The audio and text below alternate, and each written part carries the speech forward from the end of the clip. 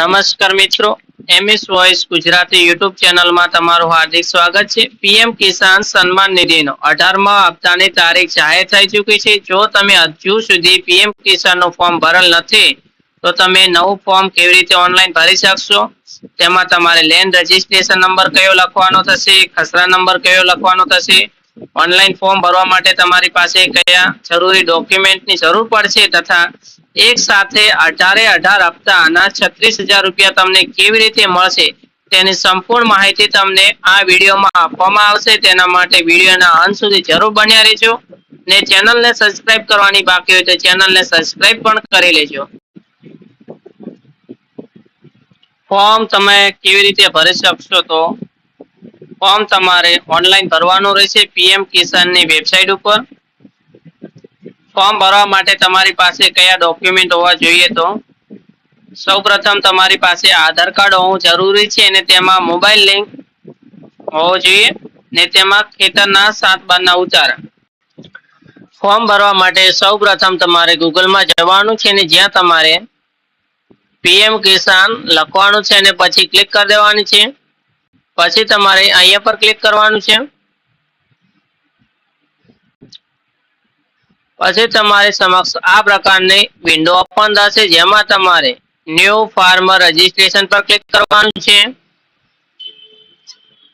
પછી અહીંયા તમારે રૂરલ ફાર્મર રજીસ્ટ્રેશન અને અર્બન ફાર્મર રજીસ્ટ્રેશન, જો શહેરી વિસ્તાર તમારે લાગુ પડતો હોય તો અર્બન પર ક્લિક કરવાનું છે ને ગ્રામ્ય વિસ્તાર લાગુ પડતો હોય તો રૂરલ પર ક્લિક કરવાનું છે. સૌપ્રથમ તમારો અહીંયા આધાર કાર્ડ નંબર લખી દેવાનો રહેશે.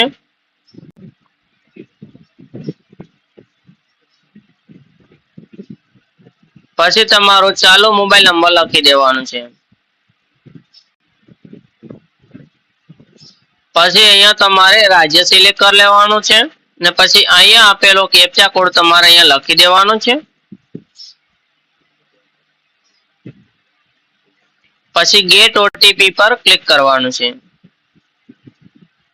ગેટ ઓટીપી પર ક્લિક કરશો એટલે તમે જે મોબાઈલ નંબર લખ્યો છે તેના પર 4 આંકડાનો ઓટીપી આવશે, જે તમારે દાખલ કરી દેવાનો રહેશે. પછી અહીંયા આપેલો કેપ્ચા કોડ અહીંયા લખી દેવાનો છે.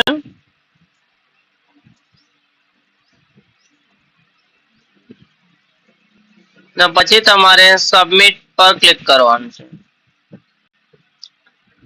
સબમિટ પર ક્લિક કરશો એટલે તમારા આધાર કાર્ડમાં જે મોબાઈલ નંબર આપેલ છે તેના પર 6 આંકડાનો એક ઓટીપી આવશે, જે તમારે દાખલ કરવાનો રહેશે.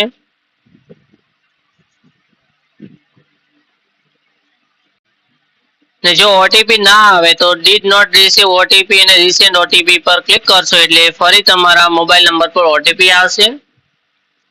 ઓટીપી દાખલ કર્યા પછી અહીંયા આપેલો કેપ્ચા કોડ તમારે ફરી લખવાનો રહેશે. કેપ્ચા નહીં લખો તો ફોર્મ આગળ વધશે નહીં. ને પછી તમારે અહીંયા કન્સ્ટેન્ટ ઉપર ક્લિક કરી દઈને વેરીફાઈ આધાર ઓટીપી પર ક્લિક કરવાનું છે. આધાર કાર્ડનો ઓટીપી નાખીને તમે વેરીફાઈ કરશો એટલે તમારી સમક્ષ આ પ્રકારની વિન્ડો ઓપન થશે, જેમાં સૌપ્રથમ તમારે અહીંયાથી તમારો જિલ્લો પસંદ કરી લેવાનો છે. પછી તમારે અહીંયાથી તમારો તાલુકો સિલેક્ટ કરવાનો રહેશે તમારે. પછી અહીંયા તમારે ફરીથી તાલુકો સિલેક્ટ કરી લેવાનો છે ને અહીંયાથી તમારું વિલેજ સિલેક્ટ કરવાનું છે. પછી અહીંયા તમે કઈ કેટેગરીના છો તે તમારે અહીંયા સિલેક્ટ કરવાનું રહેશે. પછી અહીંયા આધાર કાર્ડમાં જે પ્રમાણે નામ છે તે પ્રમાણે તમારું નામ આવી જશે. અહીંયા ફાર્મર ટાઈપ્સમાં તમારે જમીન 1 હેક્ટરથી લઈને 2 હેક્ટર સુધી છે કે તેનાથી વધુ છે તો તે તમારે સિલેક્ટ કરવાનું રહેશે. પછી અહીંયા તમારો મોબાઈલ નંબર, અહીંયા તમારું એડ્રેસ આવી જશે. પછી અહીંયા ઓટોમેટિકલી તમારો પિનકોડ નંબર આવી જશે. અહીંયા તમારા પિતાનું નામ લખવાનું છે. અહીંયા લેન્ડ રજીસ્ટ્રેશન આઈડી લખવાનું છે, તે તમે ક્યાંથી મેળવી શકશો, તો સૌપ્રથમ તમારે ફરીવાર ગૂગલમાં જવાનું છે ને જ્યાં તમારે એની રોર લખવાનું છે ને પછી ક્લિક કરી દેવાનું છે. પછી તમારે ફરીવાર અહીંયા પર ક્લિક કરવાનું છે. પછી તમારી સમક્ષ આ પ્રકારની વિન્ડો ઓપન થશે, જેમાં તમારે વ્યૂ રેકોર્ડ્સ રૂરલ પર ક્લિક કરવાનું છે. પછી આ પ્રકારની વિન્ડો ઓપન થશે, જેમાં તમારે 7 ની વિગત નાખીને તમને રજીસ્ટ્રેશન નંબર મળી શકે છે। તો અહીંયા ગામના નમૂના 7 પર તમારે ક્લિક કરવાની છે। અહીંયાથી તમારે જિલ્લો સિલેક્ટ કરવાનો રહેશે। પછી અહીંયા તમારો તાલુકો તમારે પસંદ કરવાનો છે। પછીથી અહીંયા તમારે તમારું ગામ સિલેક્ટ કરી લેવાનું છે। પછી અહીંયા તમારા ખેતરનો તમારે સર્વે નંબર સિલેક્ટ કરવાનો આવશે ને પછી અહીંયા જે ઉપર કેપ્ચા કોડ આપેલ છે તે કેપ્ચા કોડ તમારે નીચે દાખલ કરી દેવાનું છે અને અહીંયા તમારે વ્યૂ રેકોર્ડ ડિટેલ્સ પર ક્લિક કરવાનું છે। પછી અહીંયા તમારી યુપિન યુનિક પ્રોપર્ટી આઇડેન્ટિફિકેશન નંબર આવશે જે તમારે અહીંયાથી સિલેક્ટ કરી લેવાનો છે, કોપી કરી લેવાનો છે અથવા તમારે કોરા કાગળ પર લખી દેવાનું છે અને પાછું તમે જે વેબસાઇટ પર ફોર્મ ભરતા હતા ત્યાં પાછું આવવાનું છે ને અહીંયા તમારે લખી દેવાનો રહેશે। પછી અહીંયા તમારું રેશન કાર્ડ નંબર લખી દેવાનો છે। પછી અહીંયા તમારે પીએમ કિસાન માનધન યોજનાનો તમે લાભ મેળવવા માંગો છો તો યસ પર ક્લિક કરવાનું છે અને લાભ મેળવવા માંગતા નથી તો નો પર ક્લિક કરવાનું છે। ને પછી અહીંયા ઓનરશિપમાં તમારે ખેતરના ખાતામાં તમારું એકલું નામ છે કે 2 થી વધુ નામ છે। જો એકલું નામ હોય તો સિંગલ પર ક્લિક કરવાનું છે અને જો 2 થી વધુ હોય તો તમારે જોઈન્ટ પર ક્લિક કરવાનું છે અને પછી તમારે અહીંયા નીચે એડ પર ક્લિક કરવાનું છે। એડ પર ક્લિક કરશો એટલે એડ ડિટેલ્સ આવશે જેમાં તમારે સૌપ્રથમ તમારા ખેતરનો ખાતા નંબર લખી દેવાનો છે। પછી તમારે અહીંયા ખસરા નંબરમાં ખેતરનો સર્વે નંબર લખી દેવાનો રહેશે ને 8 માં તમારે ખેતર કેટલા હેક્ટરમાં છે તે તમારે અહીંયા લખવાનું છે।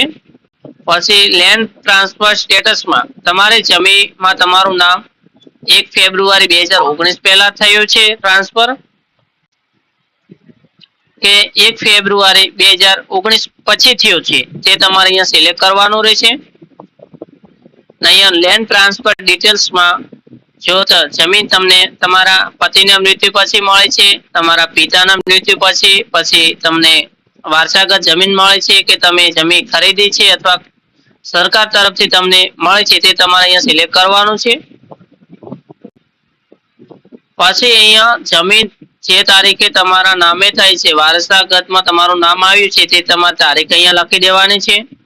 પછી તમારે અહીંયા પટ્ટા નંબર પર નોંધ કરી દેવાનું છે ને અહીંયા તમારે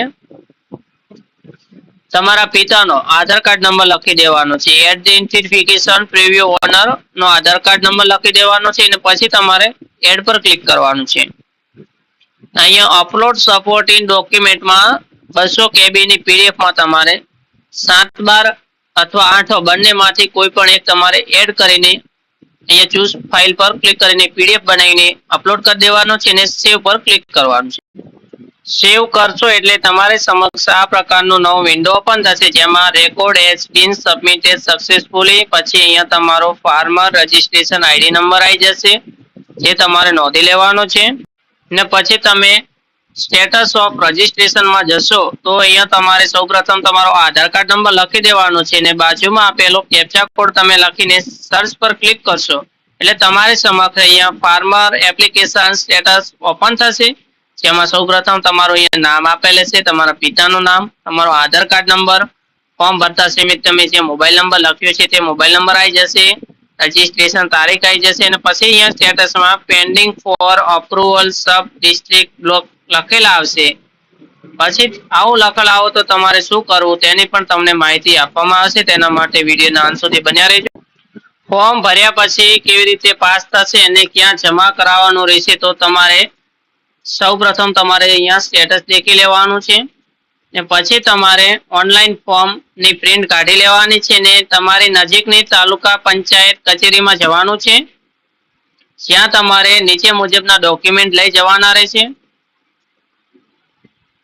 સૌપ્રથમ તમારે ખેતરનો આંઠો લઈ જવાનો છે, પછી 7/12 ઉતારા, તમારા નામે જમીન થયાની છેલ્લી નોંધ લઈ જવાની છે, પછી તમારા આધાર કાર્ડની નકલ અને તમારા પિતાની આધાર કાર્ડની નકલ લઈ જવાની છે તમારે ભેગી ને પીએમ કિસાનનો 18મો હપ્તો 5 ઓક્ટોબરના રોજ જમા થશે તેના માટે તમે જલ્દીથી જલ્દી ઓનલાઈન ફોર્મ ભરીને નજીકની તાલુકા કચેરીમાં ફોર્મ જમા કરાવી લો. બધા જ ડોક્યુમેન્ટ તમારા ચેક કરીને તમારો ફોર્મ પાસ થઈ જશે અને તમારે 18 હપ્તાના 36,000 રૂપિયા તમારા ખાતામાં જમા થઈ જશે. જો આપેલ વિડીયો સારો લાગ્યો હોય તો વિડીયોને લાઈક કરી દેજો. ચેનલને સબસ્ક્રાઇબ કરવાની બાકી હોય તો ચેનલને સબસ્ક્રાઇબ કરજો અને વધુને વધુ લોકોને આ વિડીયો શેર કરજો જેથી બીજા લોકો પણ ઓનલાઈન પોતાનું ફોર્મ ભરી શકે. આભાર.